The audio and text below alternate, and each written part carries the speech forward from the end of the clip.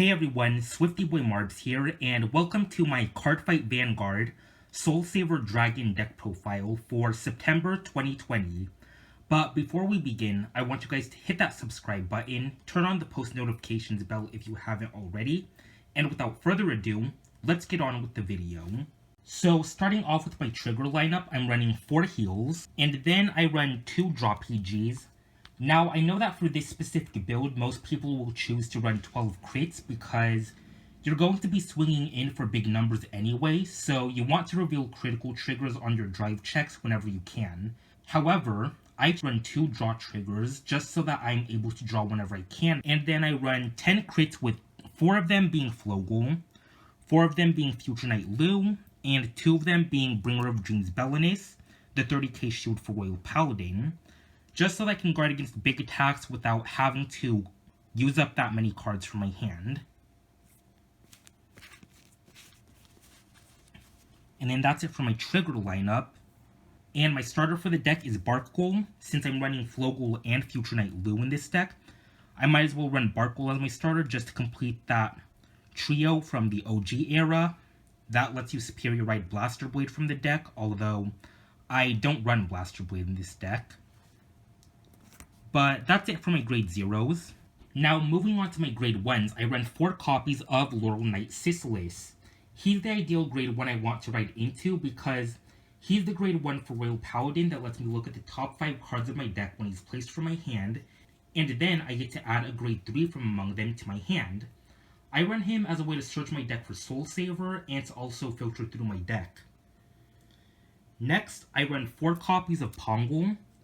The reason I run Pongul is because I want to have at least 5 cards in my soul, and Pongul lets me soul charge 1 when he's placed in the same column as another unit.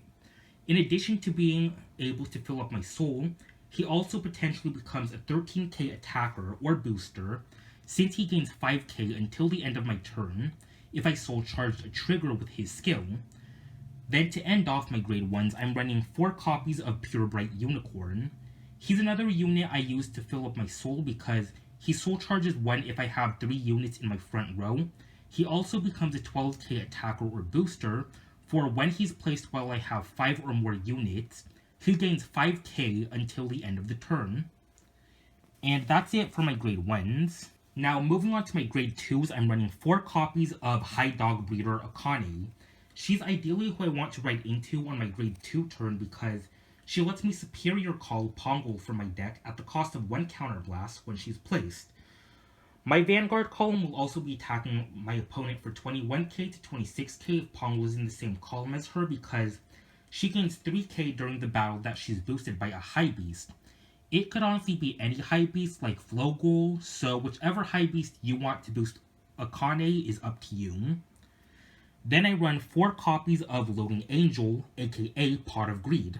This card is a must at 4 in my opinion because at the end of your turn, if you have 5 or more units, at the cost of 1 Counterblast, he slides into the soul, and you can draw 2 cards. He's just another card that I use to fill up my soul, and I also run him for some more draw power for the deck.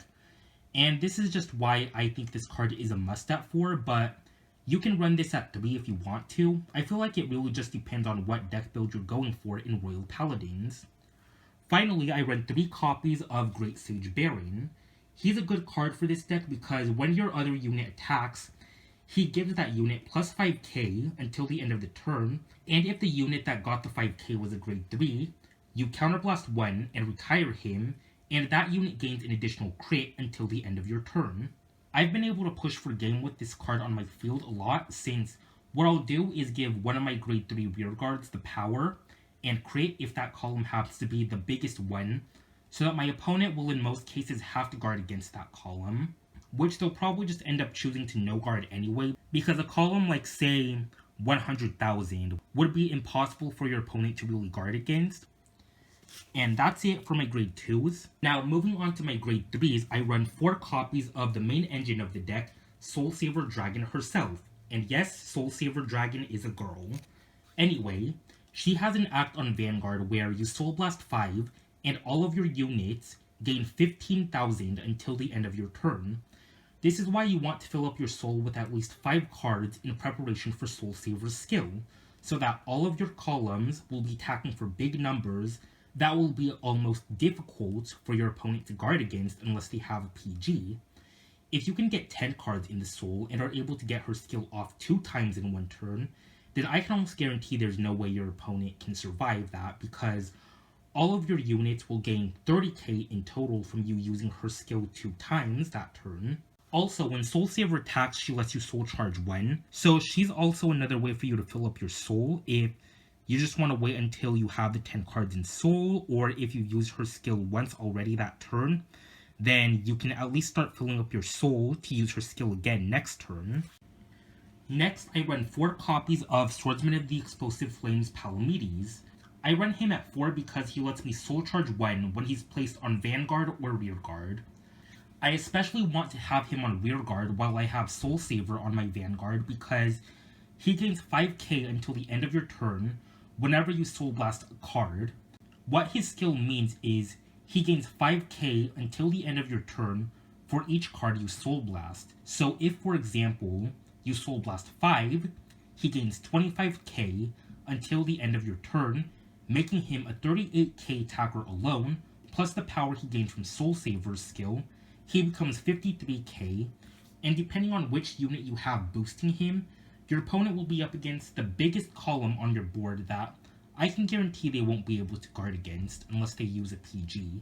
However, if you manage to use Soul Saver's skill 2 times, you will have Soul Blasted 10, making him gain 50k until the end of the turn. With this 50k he gains with his own skill, plus the 30k he gained from using Soul Saver's skill 2 times, he becomes a 93k attacker alone, but if you add the booster, depending on which one it is, you're looking at a column that's swinging in for 130,000 or more, which will be impossible for your opponent to guard against. Palamedes together with Baron has been how I've been able to push for game, because after I attack with Soul Saver, who will be on a Force 2, I'll attack with Baron first, then attack with Palamedes and use Baron's skill to give Palamedes the 5k and additional crit. You can just choose to run him at 3 if you want to, but I choose to run him at 4 because I want to see him in my hand whenever I can, so that I can have him on my field whenever I'm about to use Soul Saver's skill. Finally, I run 2 copies of Filled Feather Dragon. He comes in handy for when I'm up against board wipe decks such as Hyuga or Dragonic Blade Master, because at the cost of 1 Counterblast and 3 Soul Blast, I draw cards equal to the number of empty rearguard circles I have, and call cards equal to the number of cards I've drawn. He's a way for me to fill up my board in preparation for Soul Saver's skill. Also, if I have to ride Palamedes, I would call Filled Feather Dragon down and use his skill so that Palamedes gains 15k until the end of my turn.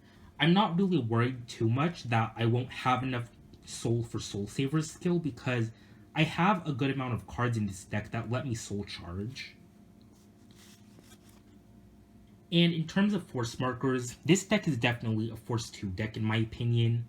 You don't just want to punish your opponent with big columns, you also want to punish them with big columns that also have more than 1 crit. That's it for my deck profile. If you guys enjoyed this video, please feel free to hit that like button. Don't forget to subscribe for more content. Follow me on Twitter and Instagram. You can find those links in the description below. And I'll catch you guys in the next video.